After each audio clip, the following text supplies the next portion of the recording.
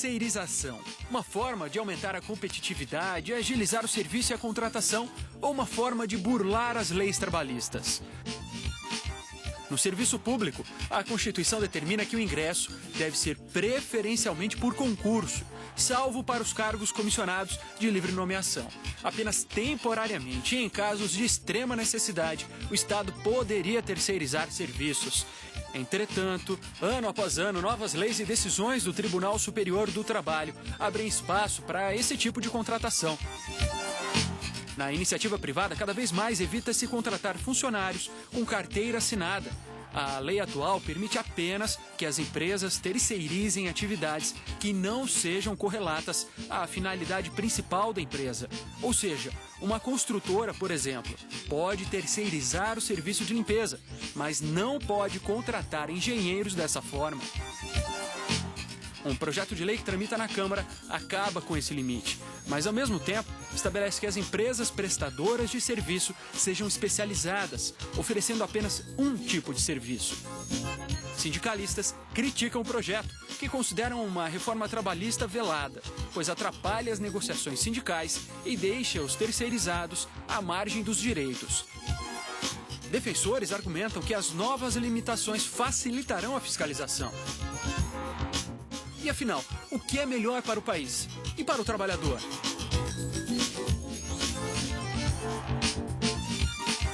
Olá! Hoje em dia, quando chegamos a um órgão público, seja um tribunal superior ou um pronto-socorro, na maioria das vezes, nosso primeiro contato é com o empregado terceirizado. Alguém que não faz parte do quadro de servidores daquela instituição. Ele quem faz a segurança, cuida da recepção e nos orienta sobre o que devemos fazer para obter um atendimento, falar com quem procuramos, enfim, resolver o problema que nos levou até lá. Mas isso não é um privilégio do setor público. Na iniciativa privada, a realidade é a mesma.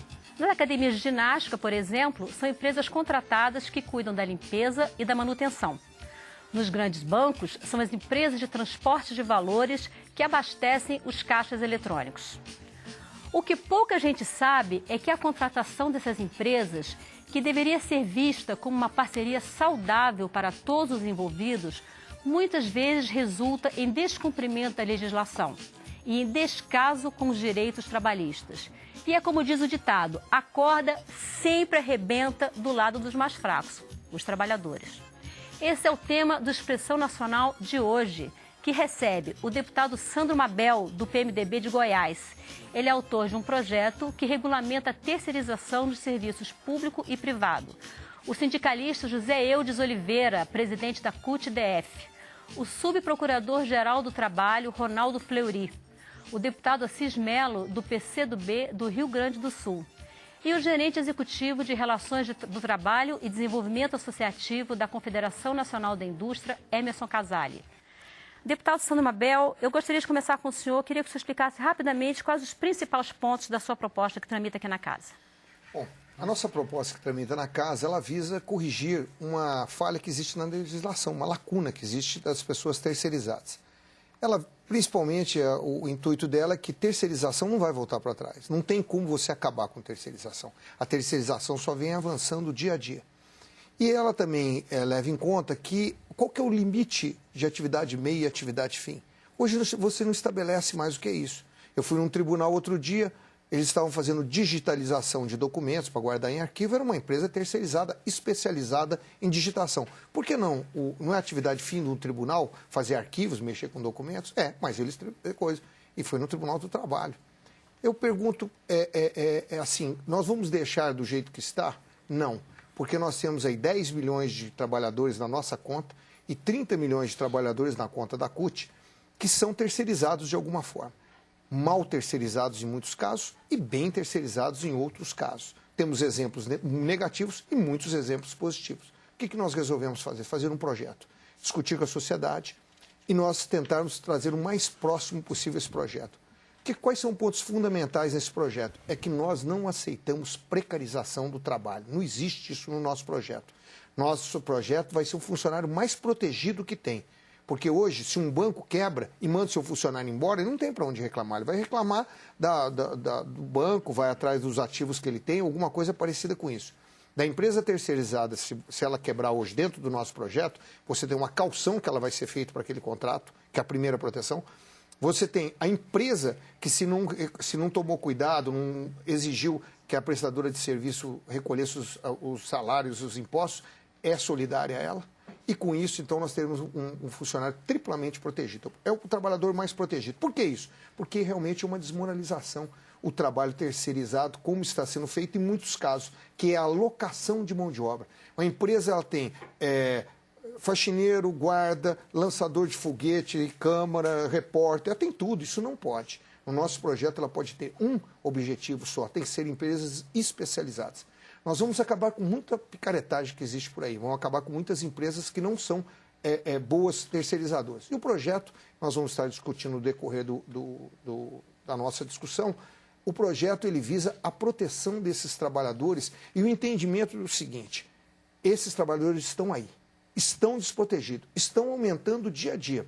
O Emerson Casale, que é lá da CNI, que tem o SESI e o SENAC também, ele vai dizer, um trabalhador que faz um curso, ele se especializa, ele aprende elétrica, ele não quer ser mais funcionário. Ele quer montar uma turma e eles começarem a prestar serviço elétrico, porque ele ganha mais e trabalha mais, especializa, ele faz com muito mais. Então, tudo isso faz com que o trabalho terceirizado, na nossa visão, não pode ficar omisso do jeito que está. Essa briga que é bom, é ruim, nós temos que fazer um mínimo para proteger, fazer um início de um marco regulatório para os terceirizados.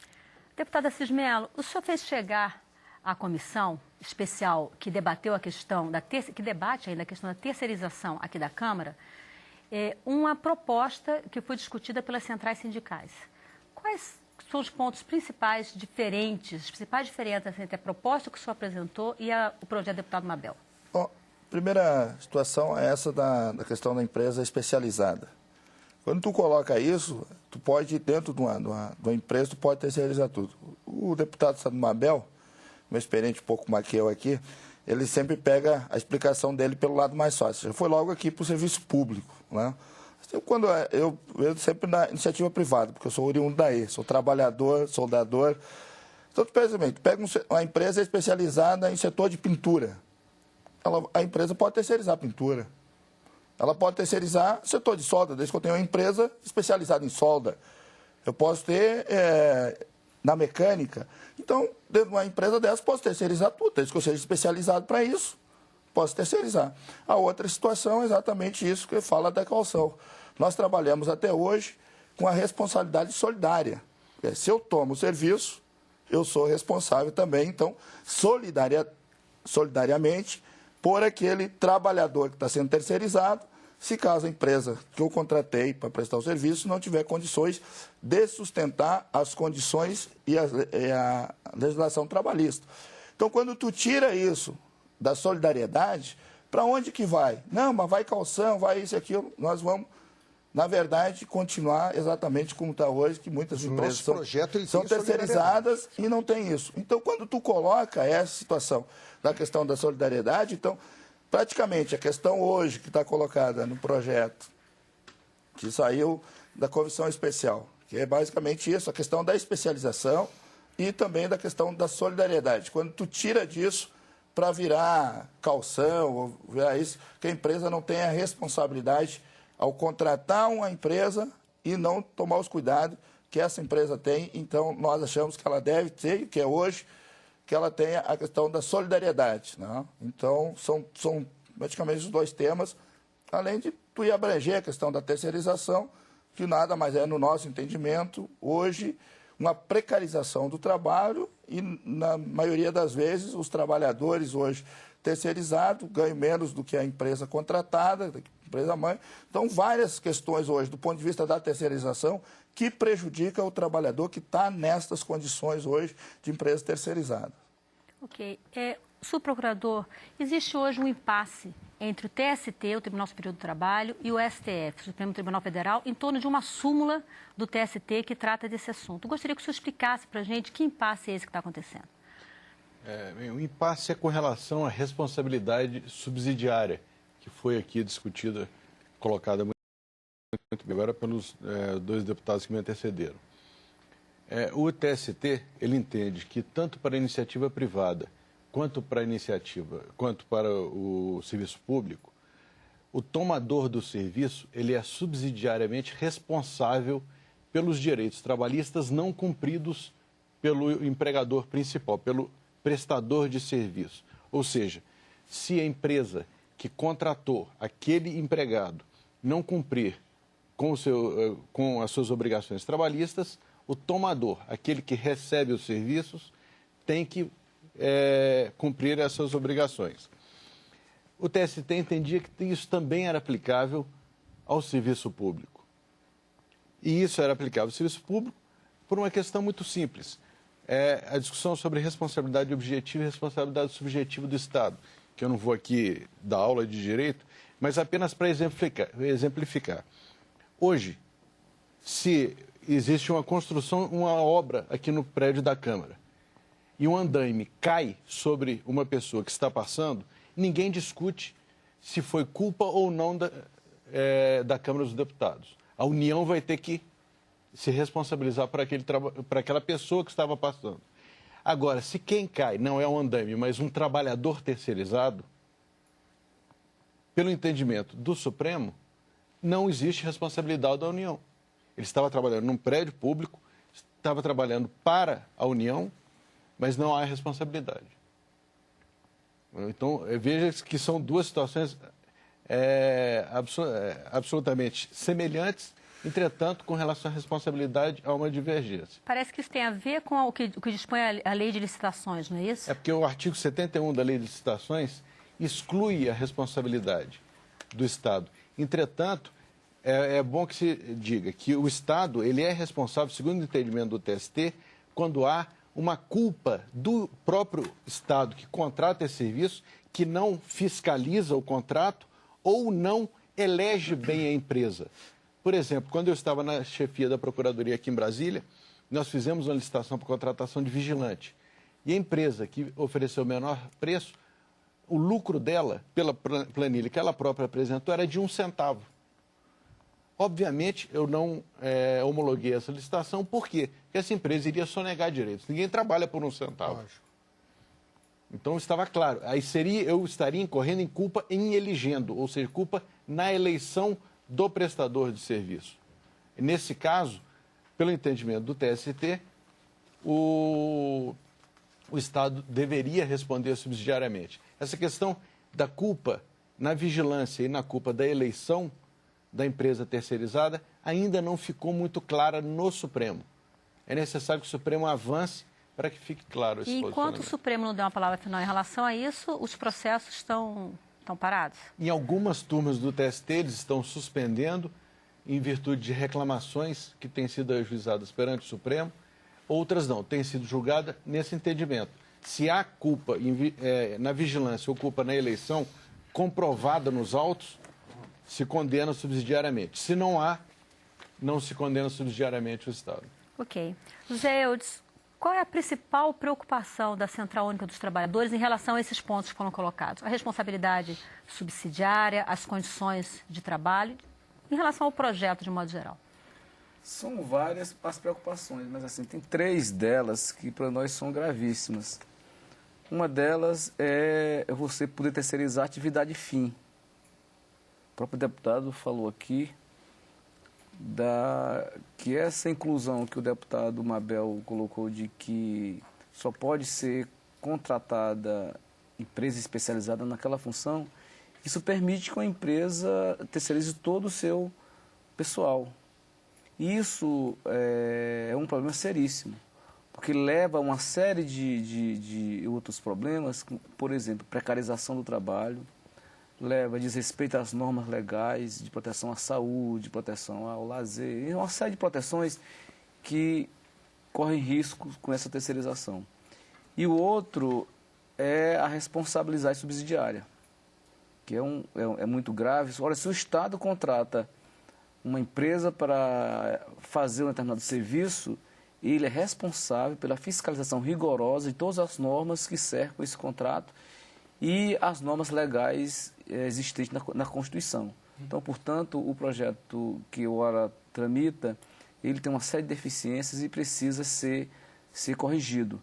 porque senão, ao invés da gente moralizar certos serviços terceirizados, nós vamos aprofundar esse tipo de relação. E aí empresas, daqui a pouco, todo o serviço é terceirizado, inclusive empresas públicas. Então, esses 3 itens para nós são gravíssimos e precisam ser corrigidos, viu, deputado Sandro? Eu vou falar sobre eles assim que ela me chamar. Eu estou na vontade de falar. Vamos ouvir. Vamos ouvir a CNI. Em seguida, você pode falar, deputado. Vamos ouvir a CNI. Em relação a essa questão da responsabilidade subsidiária, não é isso? Fala-se muito em relação ao serviço público, mas na iniciativa privada. Qual é a visão da iniciativa privada em relação a isso? Eu acho que o primeiro ponto, Maristela, que precisa ficar muito claro, o projeto do deputado regula a terceirização no setor privado, tá? Não é no setor público e privado.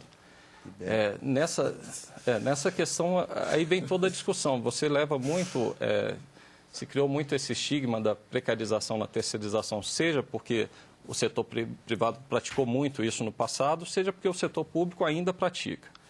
Quando o TST editou uma súmula que criava a responsabilidade subsidiária de quem está contratando, você começou a ter um processo de moralização da terceirização no setor privado.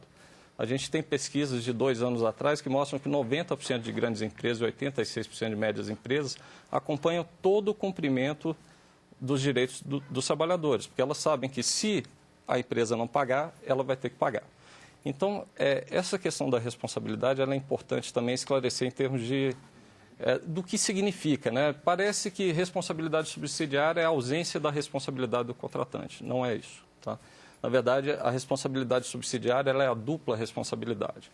Ela é quando o trabalhador aciona a empresa que presta o serviço ao qual ela está vinculada, ele já cita a contratante. Se essa não paga, o juiz imediatamente aciona a outra para pagar. Então, ele está duplamente protegido, né? No caso da solidária, não. O que acontece? O trabalhador escolhe, eu vou acionar aqui essa prestadora de serviço que eu estou aqui, ou eu vou acionar direto a Petrobras, ou a Vale, ou outra grande empresa, né? Ou outra empresa que está contratando. Então, isso cria uma insegurança enorme, porque essas empresas vão ter muita dificuldade, mesmo que acompanhem tudo, de se defender. Então, a responsabilidade subsidiária, na nossa visão, ela atende melhor do que a solidária, porque ela amarra todos os elos, né? Ela amarra a empresa prestadora de serviço no processo, né? Então, e o que a gente percebe muito quando se vê essa discussão sobre responsabilidade é que parece que a responsabilidade subsidiária é a ausência da responsabilidade. A solidária é a responsabilidade de fato. Não, as duas são responsabilidades, com processos diferentes, né? E a gente imagina que ao garantir que o prestador também esteja com essa responsabilidade vinculada, você está mais na direção da proteção do trabalhador, tá? Então, nessa questão de responsabilidade, eu acho que isso é muito importante. Toda essa discussão do setor público, ela contamina muito essa questão do setor privado, né? E no setor privado, enquanto no setor público as ineficiências podem ser pagas pela população, no setor privado é uma questão de sobrevivência. Ou aquela rede de produção funciona bem, ou ela é eficiente, ou ela tem custos competitivos, ou ela está preocupada com a proteção dos trabalhadores, ou realmente ela vai deixar de existir. Então, eu acho que cabe uma segunda pergunta para você, Emerson. A gente estava falando aqui também sobre terceirização de atividade meio e de atividade fim, né? A terceirização, como ela é hoje, e a tendência de terceirizar cada vez mais, ela é uma estratégia efetivamente de negócio, de competitividade, ou é uma forma, vamos dizer assim, de simplesmente reduzir custos de produção? Não, eu acho que a gente tem que entender as duas coisas. É um modelo de negócio, realmente, né? Ou seja, a empresa tenta montar a rede dela, o negócio dela, para ser o mais eficiente possível. E sempre que você está buscando eficiência e competitividade, você está buscando melhores custos, maior qualidade, uma capacidade de inovação maior. Então, eu vou voltar aqui ao exemplo da construção civil, né, que foi passado no início. Então, numa construção civil, o que é uma rede de produção da construção civil? Você tem uma incorporadora que está se responsabilizando por todo aquele processo, alguma construtora, mas você tem uma empresa que é especializada em fundação e ela tem equipamentos que fazem fundação. Tem outra que faz a parte elétrica e ela tem pessoal especializado na elétrica, né? Tem o pessoal do azulejo, assenta azulejo. Quando termina aquela obra, aquela empresa ali, aqueles trabalhadores, em vez de serem demitidos, como eles fazem parte de uma empresa especializada em azulejo, eles vão para outra obra assentar azulejo, né? Os que fazem fundação, em vez de você ter que vender aqueles equipamentos que estão da fundação, porque você não tem outra obra, não. Aquela empresa é de fundação. Ela sai dali, vai para outra, vai para outra. Então, com isso, você consegue ter custos mais competitivos, muito mais eficiência, muito mais qualidade, né? Mais até proteção ao trabalhador. Nesse caso, assim, é um exemplo concreto disso, ou seja, então, isso se reflete sempre também na questão do próprio acesso da população aos bens e serviços. Quanto mais menor o custo, mais você insere justamente as camadas mais baixas nesse processo. Só para fechar com um exemplo, se a gente pegar telecomunicações, que é uma rede de produção onde você tem muitos serviços que são terceirizados, hoje a gente tem mais de 200 milhões de celulares. Talvez se a gente resolvesse que tudo tem que ser primarizado, você não pode verticalizar, tem que ser tudo verticalizado, você tem que fazer tudo, talvez o custo impedisse que 100 milhões de pessoas, ou 50, justamente as mais pobres, tivessem acesso a isso.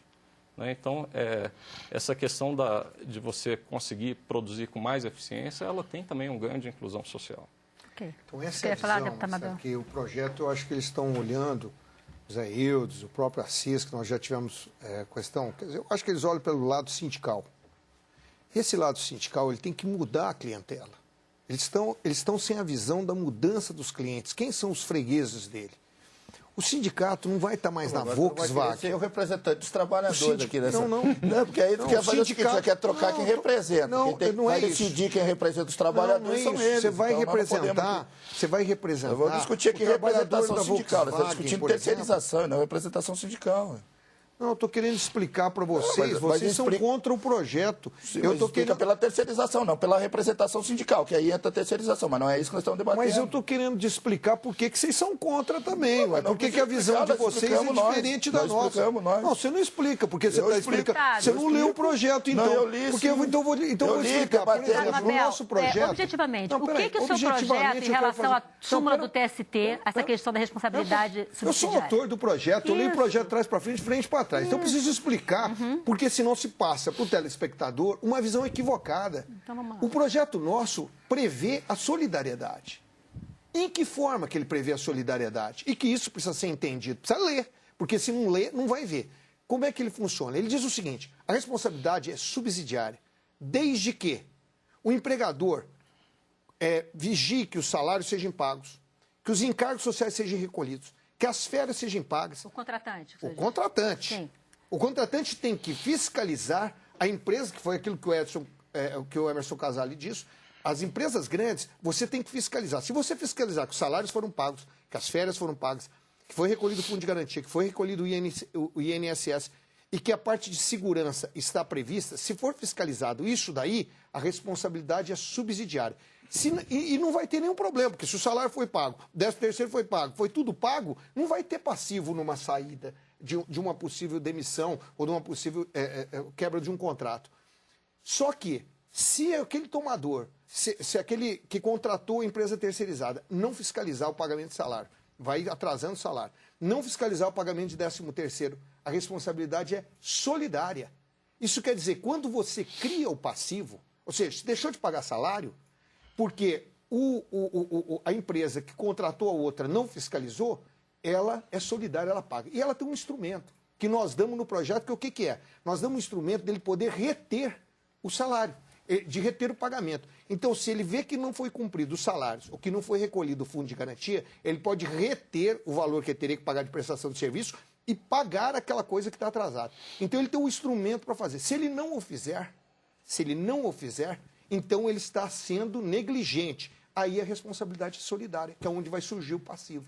Então, se você for olhar o nosso projeto, ele é um projeto onde que a responsabilidade é solidária se a pessoa não vigiar e deixar criar passivos. Então, o passivo que for criado, Ronaldo, ele vai ser cobrado. Então, esse é um ponto importante. Por quê?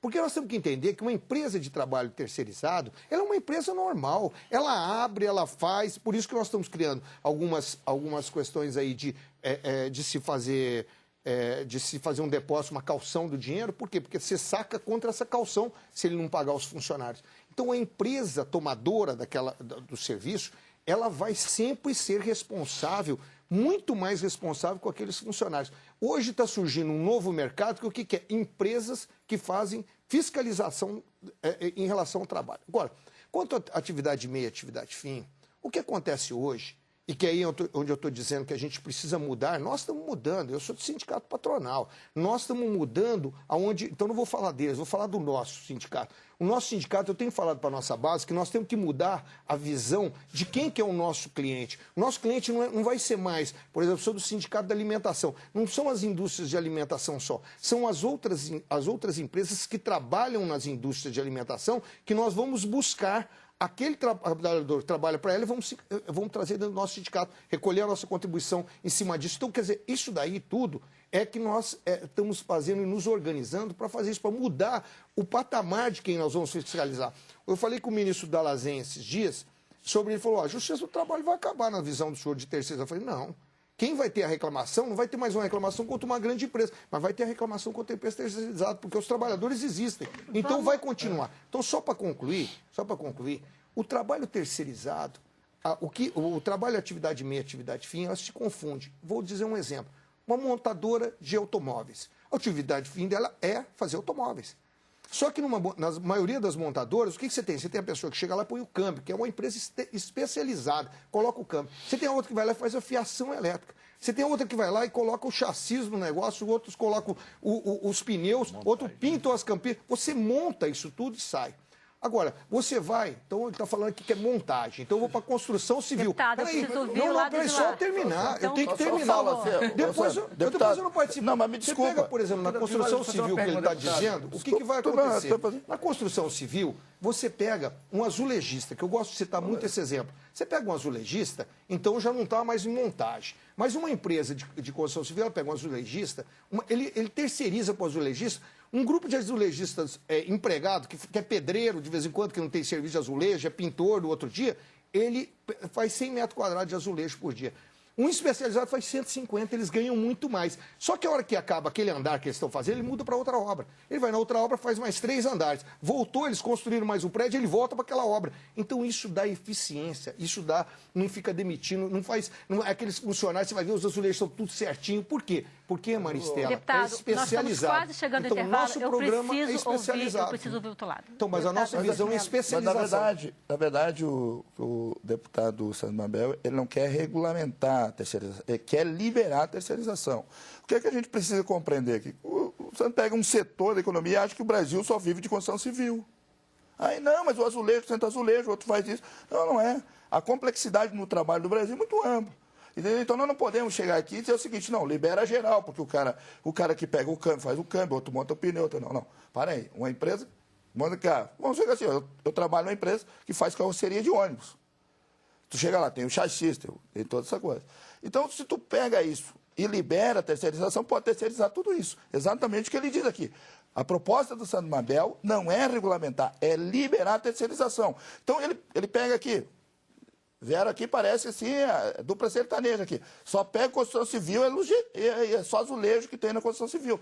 Nós não podemos pegar um setor da economia hoje, o de produção, e achar que isso resolve o problema da terceirização, se nós disser que tem que ter especialista em sentar azulejo, especialista em fazer concreto, especialista na área da energia elétrica ou na tubulação hidráulica. Agora, se nós pegar as empresas do modo geral, não é assim que funciona. Então, nós temos que compreender o seguinte, que se tu libera a terceirização, tu vai estar precarizando o trabalho. Se nós queremos fortalecer hoje, do ponto de vista da economia, do desenvolvimento do país, nós temos que valorizar o trabalho. Nós temos que procurar cada vez mais dar as melhores condições de trabalho para os trabalhadores e garantir, de fato, que os trabalhadores eles não sejam uma categoria diferenciada. Porque hoje, quando a gente tem assim, os trabalhadores hoje terceirizados, eles são categoria diferenciada. O nosso projeto corrige isso. Então, acaba essas questões. Então, quando a gente vai buscar... E tem uma outra coisa, pulveriza a força de trabalho no interior da empresa. Pulveriza, você dá uma estratificação tão grande que até a nossa organização sindical é prejudicada com relação a isso. Porque pela pulverização que acontece em função dessa atividade, de você generalizar a terceirização no setor, na empresa. Quem representa? O trabalhador vai ser representado. O cara que faz o Quem vai defender os interesses da classe? Quem representa ele? Quem vai defender? Sim, desse jeito, qual deles? Para aquela empresa terceirizada estiver vinculada a ela. O projeto prevê isso. É que você tem que sair da empresa grande e ir para várias empresas pequenas. Mas as próprias empresas grandes, deputado, elas terceirizam exatamente para aumentar os seus lucros e diminuir a fiscalização sobre a pressão sobre o respeito às Porque leis. se tu pega hoje a terceirização... Os projetos não prevê. Não é o projeto que prevê. Hoje é a está desse jeito. Hoje tem 10 milhões de trabalhadores Viu, sem deputado? regulamentação nenhuma. Não é o projeto que prevê, é a terceirização generalizada que o projeto defende que faz isso. Se você generaliza tudo, isso, não. então fica realmente... O projeto não defende. Não defende, mas está colocado. Não, Quando não, tu diz não que é especializado... defende isso de quando forma tu- nenhuma. Senhores, nós vamos Aqui é fazer... desconsiderar o que é terceirização. Então. Nós vamos fazer um breve intervalo. Eu sei se o procurador o senhor quer fazer uma observação em relação ao que o Emerson Casale falou. Eu peço que o senhor aguarde só um minuto e a gente voltar do intervalo. Ok? Até já.